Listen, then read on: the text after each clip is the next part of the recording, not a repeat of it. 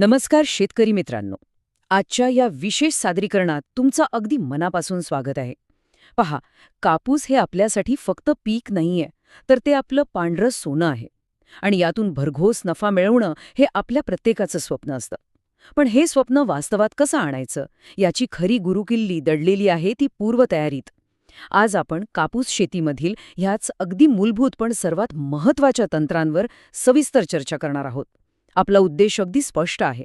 तो म्हणजे योग्य आणि शास्त्रीय माहितीच्या आधारे आपलं उत्पादन कसं वाढेल आणि आपली शेती जास्तीत जास्त फायदेशीर कशी होईल याकडे लक्ष देणे. कापसाचे भरघोस उत्पादन घ्यायचे असेल तर फक्त चांगले बियाणे पुरेसे नसते, तर त्यासाठी जमिनीची योग्य तयारीही तितकीच महत्त्वाची असते.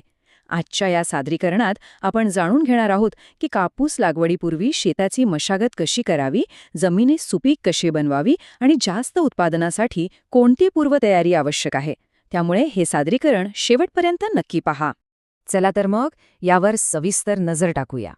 आजच्या सादरीकरणात आपण मुख्यत्वे 4 महत्त्वाच्या टप्प्यांवरून जाणार आहोत. पहिला म्हणजे जमिनीची योग्य निवड. दुसरा म्हणजे खोल नांगरट आणि मशागत. तिसरा टप्पा म्हणजे खत व्यवस्थापन आणि सुपीकता. आणि चौथा, पाण्याचा योग्य निचरा.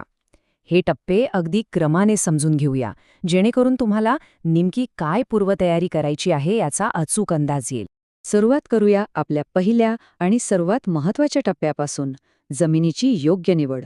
हा खऱ्या अर्थाने आपल्या कापूस शेतीचा भक्कम पाया आहे. आता तुम्हाला तर माहीतच आहे, कोणत्याही भक्कम इमारतीचा पाया मजबूत असावाच लागतो, बरोबर? अगदी तसंच यशस्वी कापूस शेतीचा पाया म्हणजे योग्य जमिनीची निवड. आता इथं 2 अत्यंत वेगळ्या परिस्थिती आहेत. एका बाजूला उत्तम हवा खेळती राहणारी आणि पाण्याचा चांगला निचरा होणारी जमीन आहे, जी कापसाच्या मुळांसाठी एकदम उत्तम मानली जाते. पण दुसऱ्या बाजूला बघा, पाणी साचून राहणारी दलदलयुक्त जमीन. आता विचार करा, जर अशा पाणी साचणाऱ्या जमिनीत आपण कापूस लावला तर काय होईल? तुम्ही कितीही महागडं बियाणं आणा, काहीही उपयोग होणार नाही. कारण जर मुळांना श्वासच घेता आला नाही तर पीक वाढेल कसं? त्यामुळे योग्य जमिनीची निवड हा भविष्यातील मोठा मनस्ताप टाळण्याचा सर्वात खात्रीशीर मार्ग आहे. जमीन एकदा निश्चित झाली की मग आपण वळतो ते पुढच्या टप्प्याकडे, म्हणजे खोल नांगरट आणि मशागत. चला बघूया यात नक्की काय दडलंय. आता जमिनीची प्रत्यक्ष पिकासाठी तयारी करताना खोल नांगरट ही खूप महत्त्वाची भूमिका बजावते. यातली सर्वात रंजक गोष्ट काय माहितीये? खोल नांगरट म्हणजे केवळ ट्रॅक्टर फिरवणं नाही, तर लागवडीपूर्वी जमिनीचा वरचा थर बऱ्यापैकी खोलवर उलटून पालटून घेणं. यामुळे होतं काय, तर तळातील जे ताजे आणि आवश्यक पोषक घटक असतात ते पृष्ठभागावर येतात आणि वरचं वाढलेलं तण जमिनीत गाडलं जाऊन त्याचं आपोआप खत तयार होतं. म्हणजे बघा, हा केवळ मशागतीचा भाग नाहीये, तर भविष्यात येणाऱ्या रोगांना आणि किडींना आधीच रोखून धरण्याचा हा एक नैसर्गिक आणि अत्यंत प्रभावी उपाय आहे. हे एवढं महत्त्वाचं काय आहे, तर याचे फायदे ऐकून तुम्हीही थक्क व्हाल. जेव्हा आपण उन्हाळ्यात खोल नांगरट करतो ना, तेव्हा जमिनीखाली लपलेले किडींचे कोश आणि अंडी त्या कडक उन्हामुळे अक्षरशः जळून नष्ट होतात. शिवाय जमिनीत हवा खेळती राहण्याचं प्रमाण वाढतं. वर्षानुवर्षे एकाच खोलीवर नांगरल्यामुळे जो कडक थर तयार झालेला असतो तो तुटतो आणि मुळांच्या मुक्त वाढीसाठी एक छान मऊ भुसभुशीत गादी तयार होते. थोडक्यात सांगायचं तर आता घेतलेले हे नांगरटीचे कष्ट नंतर तुमच्या पिकाची मुळे अधिक बळकट बनवतात आणि किडींचा त्रासही कमी करतात. यानंतर आपण पोहोचतोय आपल्या तिसऱ्या टप्प्यावर, खत व्यवस्थापन आणि जमिनीची सुपीकता. नांगरटीनंतर जमिनीला पुन्हा ताकद देण्याची हीच ती वेळ असते. एकदा का जमीन नांगरून भुसभुशीत झाली की तिला योग्य आहाराची गरज असते, अगदी आपल्यासारखीच. आता इथे एक गोष्ट कायम लक्षात ठेवा, केवळ रासायनिक खतांवर अवलंबून राहून चालणार नाही. संतुलित रासायनिक खतांसोबतच सेंद्रिय खतांचा वापर करणं हे अत्यंत गरजेचं आहे. शेणखत, कंपोस्ट किंवा गांडूळ खत जेव्हा आपण जमिनीत मिसळतो ना, तेव्हा जमिनीची सुपीकता नुसती तात्पुरती नाही, तर दीर्घकाळासाठी सुधारते. सेंद्रिय खतांमुळे जमिनीत सूक्ष्मजीवांची वाढ होते आणि जमिनीचा पोत सुधारल्यामुळे पावसाचं पाणी धरून ठेवण्याची जमिनीची क्षमताही जबरदस्त वाढते. आता खत देण्याची ही प्रक्रिया अगदी पद्धतशीरपणे कशी करायची हे 3 सोपे टप्पे लक्षात ठेवा. पहिला टप्पा, माती परीक्षण. यातून आपल्याला जमिनीची खरी गरज नेमकी काय आहे ते समजतं.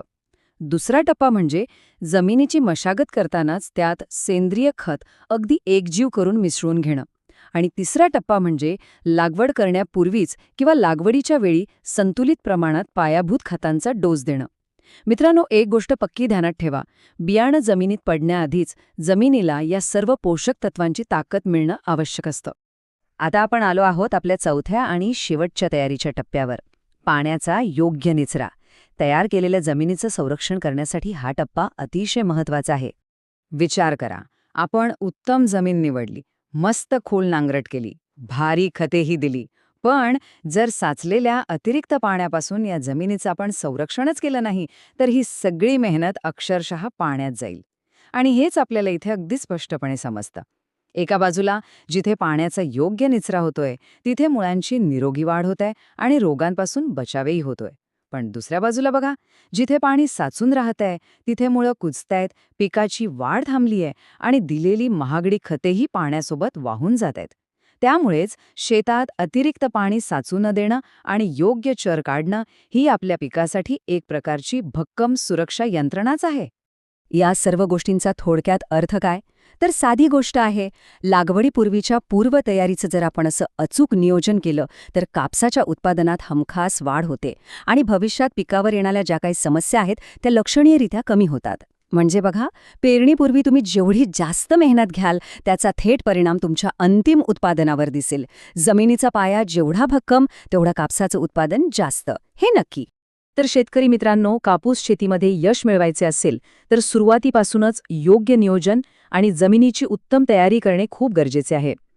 ही माहिती उपयुक्त वाटली असेल तर सादरीकरणाला लाईक करा, इतर शेतकरी मित्रांना शेअर करा आणि अशाच शेतीविषयक माहितीसाठी चॅनेलला सबस्क्राईब करायला विसरू नका. धन्यवाद आणि तुमच्या शेतीला भरघोस उत्पादनाच्या शुभेच्छा. आणि जाता जाता एक अतिशय महत्त्वाचा प्रश्न मी तुमच्यासाठी सोडून जातोय. तुमचे शेत यंदा विक्रमी उत्पादनासाठी तयार आहे का? यावर नक्की विचार करा आणि जर अजून सुरुवात केली नसेल तर आजच योग्य पूर्वतयारीला लागा.